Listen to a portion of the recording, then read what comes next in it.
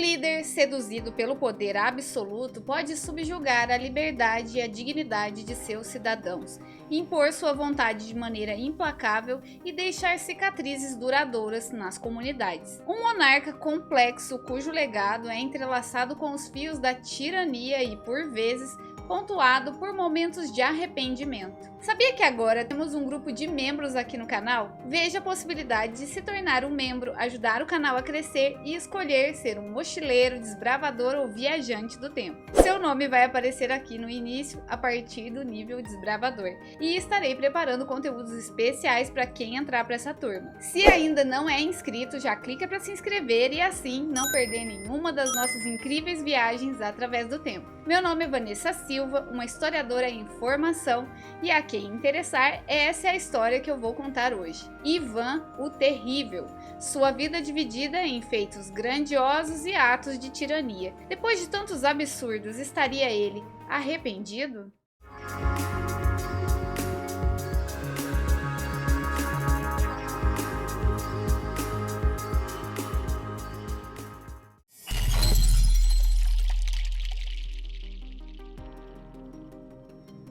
Antes de começar, preciso reforçar que devemos cultivar um entendimento compreensivo em relação às nações, reconhecendo que sua história é um mosaico complexo de altos e baixos, marcado por governantes cujas ações nem sempre refletem os sentimentos e desejos do povo. A Rússia, como qualquer outra nação, teve capítulos de glórias e desafios, guiada por líderes cujas decisões nem sempre representaram a vontade coletiva. É fundamental lembrar que no curso da história acontecem momentos questionáveis, mas é justamente através da reflexão sobre esses períodos sombrios que a sociedade evolui. O povo de uma nação não deve ser julgado pela opressão de seus líderes e devemos cultivar o respeito pela diversidade de perspectivas dentro de qualquer país. A história serve como uma bússola moral apontando para os erros do passado para que possamos aprender a avançar com sabedoria. Ao compreendermos a complexidade das experiências nacionais, podemos contribuir para um diálogo global mais empático, guiado pela busca constante de mais justiça e mais paz. Independente do momento que se encontra esse mesmo país agora, peço respeito. Assim sendo, vamos para a história. A Rússia é um país um tanto quanto peculiar, não é mesmo? Nossa viagem de hoje é para lá. Para começar, uma curiosidade engraçada que eu aprendi na faculdade de História. Você sabia que desde 1922, com Lenin no poder, o país alternou o poder entre líderes carecas e cabeludos? O já citado Lenin era careca. Foi sucedido por Stalin, que era cabeludo. Depois dele veio Khrushchev, outro careca. Seguindo a ordem veio o cabeludo Brezhnev, o careca Andropov, depois outro cabeludo Chernenko, o careca Gorbachev, depois o cabeludo Yeltsin. Nos últimos 3 mandatos governaram a Rússia o Putin, que é careca, o Medvedev, que é cabeludo, e por fim, novamente, Putin, que continua careca e está no poder até hoje. E o que isso significa? Absolutamente nada. Só é uma coincidência bem engraçada mesmo. Não sei o que é mais doido, isso ser realmente um fato ou alguém ter tido tempo para analisar e documentar esse fato. Vamos ficar no aguardo para ver quem vai substituir Putin, se vai ser um cabeludo, para dar continuidade nessa coincidência maluca. O conceito de governo na Rússia é tão complicado de explicar, assim como pensar seriamente que exista uma teoria capilar de governantes. Mas hoje vamos voltar um pouco mais na história desse país, vamos para bem antes desses carecas e cabeludos que eu mencionei, mais precisamente de 1533, e falar sobre arrependimentos.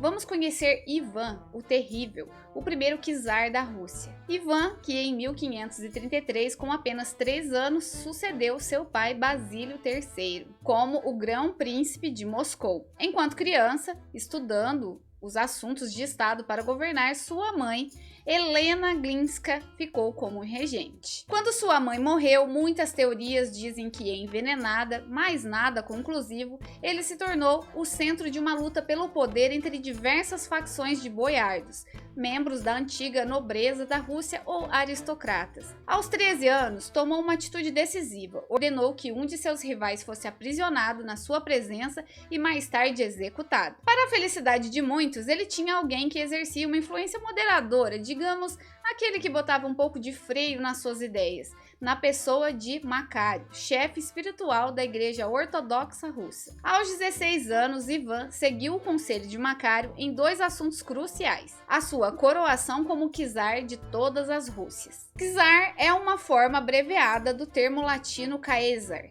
Historicamente, o título de czar foi usado pelos monarcas russos a partir de Ivan, que foi o primeiro, como uma variação do título César, para denotar seu status de líder supremo. O termo é equivalente ao título de imperador ou rei em outros contextos. Essa era dos czares começou com Ivan o Terrível em 16 de janeiro de 1547 e terminou com a Revolução Russa em 1917 com a abdicação de Nicolau II, que foi o último czar. E Ivan seguiu também os conselhos de Macário sobre seu casamento. Um mês depois da coroação, se casou com Anastácia Romanova, em 3 de fevereiro. O objetivo de Macário era fazer de Moscou o centro do cristianismo, a terceira Roma, depois da própria Roma e Constantinopla. E ele dizia que duas Romas haviam caído, mas que a terceira estava de pé e que não haveria uma quarta. E dizia também que Ivan não só era descendente direto do imperador romano Augusto, mas também o principal chefe temporal da cristandade. A fim de reforçar seu projeto grandioso, Macário vasculhou os documentos da igreja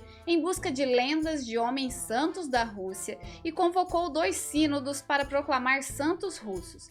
Os sínodos trata-se de uma reunião convocada pela autoridade eclesiástica. Naquele momento, além do ressurgimento religioso, havia no ar reformas políticas. Orientado por grupos de conselheiros, Ivan instituiu um novo código de leis, tentou melhorar as condições do serviço militar e deu maiores poderes aos governos locais. Quanto ao seu casamento, foi aparentemente feliz, mas Anastácia morreu muito cedo, com apenas 30 anos.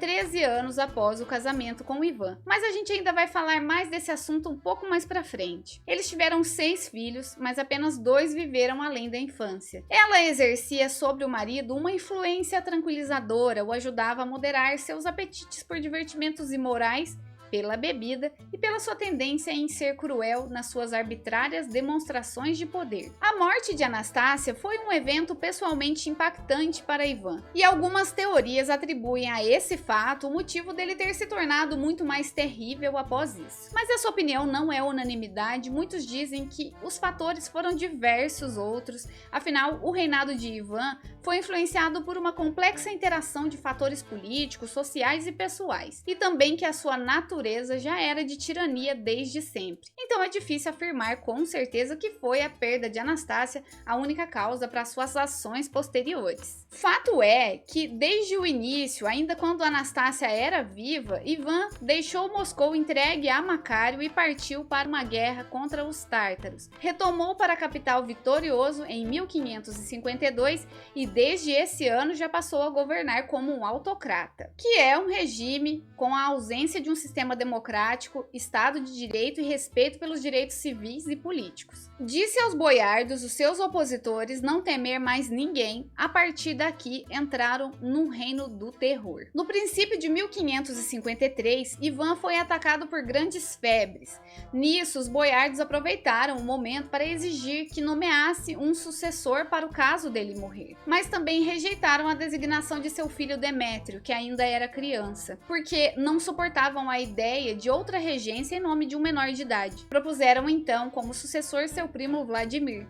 Mas o czar manteve-se inflexível, convocou os boiardos aos seus aposentos e exigiu que beijassem uma cruz como prova de fidelidade a Demétrio. Quando se recuperou, Ivan fez uma peregrinação de ação de graças a um santuário remoto. Depois disso, sua empreitada seguinte foi uma tentativa de dar à Rússia uma saída para o Mar Báltico, que acabou no impasse onde se viu obrigado a pedir ao Papa Gregório XIII que servisse de mediador entre ele e os seus adversários, que eram então a Polônia e a Suécia. Macário faleceu em 1563. Ivan, novamente de volta à capital, resolveu buscar uma forma de poder ainda mais absoluta, com a instituição do que chamou de Oplitinina. Nessa bizarra reforma governamental, basicamente, Ivan criou um território separado chamado Oplitinina, onde ele tinha o controle direto e poder absoluto. Aliás, ele dividiu o reino em duas partes, a outra sendo Zimchina. Essa era a parte tradicional da Rússia, que permaneceu sob o governo central de Moscou. O termo Zimchina pode ser traduzido como terra hereditária ou terra de herança. Nessa área, as estruturas políticas e sociais mais tradicionais foram mantidas, e a outra ele usou para perseguir e punir seus oponentes políticos, especialmente boiardos, que ele via como ameaças ao seu poder. Durante esse período, Ivan estabeleceu uma força militar imensa chamada Oplitinaik para impor seu controle, e essa fase é marcada por repressão política, execuções e confisco de propriedades. A Oplitinina representou uma tentativa de Ivan de consolidar seu domínio e eliminar possíveis rivais, mas também causou instabilidade e temor na sociedade russa da época. Ele participou ativamente de torturas e eliminações dos seus opositores. Não vou entrar em mais detalhes sobre todo o horror que ele praticou, e foram muitos e realmente abomináveis, porque detalhes brutais e curiosidade mórbida não é o meu foco. Voltando agora sobre como foi a morte de Anastácia, sua primeira esposa, em paralelo com esse caos e terrorismo estatal do czar, surgiram problemas e tragédias na sua vida familiar, que foi com a morte de Anastácia em 1560. Apesar de totalmente dedicado à sua esposa, apenas 2 semanas após sua morte, ele anunciou que iria se casar novamente. Primeiro procurou aliança política através de um casamento com a irmã do rei da Polônia, Sigismund II Augusto. Quando Sigismund rejeitou a proposta, Ivan casou com uma mulher asiática de nome Maria, filha do governador circassiano Temgruk. Tiveram um filho, um menino, que sobreviveu apenas 5 semanas. Após a morte do menino, Ivan perdeu o interesse pela sua mulher, foram casados por 8 anos, e Maria faleceu em 1569. Pouco tempo depois, em 1571, casou-se com Marfa, selecionada entre 12 candidatas, porém Marfa só viveu 16 dias após o casamento, e ele alegou que o matrimônio nem chegou a ser consumado. Tanto na morte de Maria como de Marfa surgiram muitas conversas de que elas teriam sido envenenadas. Depois disso, teve problemas com novos casamentos, porque a Igreja Ortodoxa Russa não permitia mais do que 3 matrimônios. Mas ele seguia ali alegando que o seu casamento não havia nem sido consumado. Conseguiu se casar mais uma vez com uma plebeia chamada Ana, apenas 2 meses depois da morte de Marfa. Passados 3 anos, Ana, que era estéril, foi mandada para um convento. Ele ainda teve outras 2 esposas que, aos olhos dos eclesiásticos, essas mulheres não eram consideradas esposas e sim amantes. Até que em 1581 tomou como consorte Maria Nagaia, que era filha de um boiardo. No ano seguinte, ela deu à luz a um filho, Demétrio, mas esse é o segundo Demétrio. O primeiro foi filho do casamento com Anastácia, que faleceu ainda na infância. Também em 1581, o filho mais velho do czar, de nome Ivan, assim como o pai, se casou pela 3ª vez aos 27 anos. As suas 2 primeiras mulheres tinham sido banidas pelo seu próprio pai, e a terceira, Helena, também não lhe agradava. E com esse 3º casamento do seu filho, seu pai chegou ao que muito se acredita naquela gota d'água, quando se está indo num caminho muito errado e se extrapola todos os limites.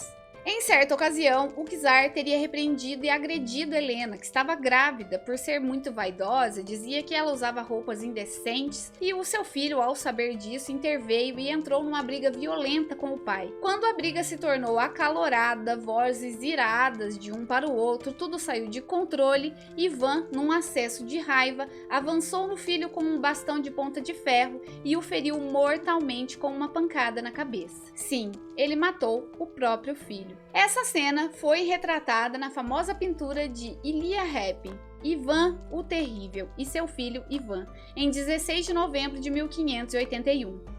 Séculos mais tarde, listas encontradas que continham mais de 3.000 nomes que deveriam ter orações por suas almas trouxe força para a teoria que, tomado pelo remorso, Ivan teria começado a compilar uma lista das vítimas do seu reino do terror. Cópias dessa lista, juntamente com donativos, teriam sido enviados aos principais monastérios da Rússia com instruções para que rezassem preces pelo descanso das suas almas. Ivan o Terrível faleceu enquanto jogava xadrez com Bogdan Bielski em 18 de março de 1584. A causa ficou inconclusiva. Alguns suspeitaram de envenenamento porque tinha traços de cianureto, mas isso também poderia ser pelo tratamento de sífilis que ele havia contraído. Outros diziam ataque cardíaco, AVC, enfim, ficou uma incógnita. Quem herdou o seu trono foi seu filho do meio, Teodoro, que não possuía herdeiros e nem estava preparado para governar. Quando esse morreu em 1598, enterrou consigo a dinastia Rurríquida, a qual faziam parte, e se inaugurou o Tempo de Dificuldades, que foi um período na história russa que durou até se estabelecer a dinastia Romanov em 1613. Por mais incrível que possa parecer, no geral, a imagem de Ivan o Terrível em seu país é em partes bem vista, porque ao mesmo tempo em que ele era cruel e muito inimigo dos boiardos, que eram os aristocratas, ele também era amigo dos plebeus. Portanto, do ponto de vista do conto popular, a figura dele é por vezes representada positivamente. E aqui chegamos ao fim de mais uma história. E, na teia complexa dos acontecimentos do mundo, somos confrontados com a responsabilidade intransferível sobre nossos atos. A tirania de um momento, marcada por escolhas impiedosas, nos lembra que o perdão pós-vida não anula as consequências de nossas ações no mundo. Cada decisão ecoa na estrutura da sociedade, e acreditar cegamente na remissão dos pecados além da vida é negligenciar a urgência moral do presente. A verdadeira redenção reside na consciência atenta e no agora, na emenda dos erros e na construção de um legado que transcenda os erros do passado. Gostou de viajar no tempo comigo e não vai querer perder as outras histórias incríveis que vamos curtir juntos? Fica por aqui, se inscreve, assim você não perde nenhuma das nossas viagens através do tempo. Não se esquece de dar o like, comentar o que achou do vídeo e, se puder, compartilhar com alguém que também possa curtir esse tipo de conteúdo. Vou deixar na descrição do vídeo as informações sobre o livro Os Grandes Mistérios do Passado e as outras fontes de onde baseamos o nosso roteiro de hoje. Tô indo nessa, galera, tenham uma semana incrível e até a próxima história!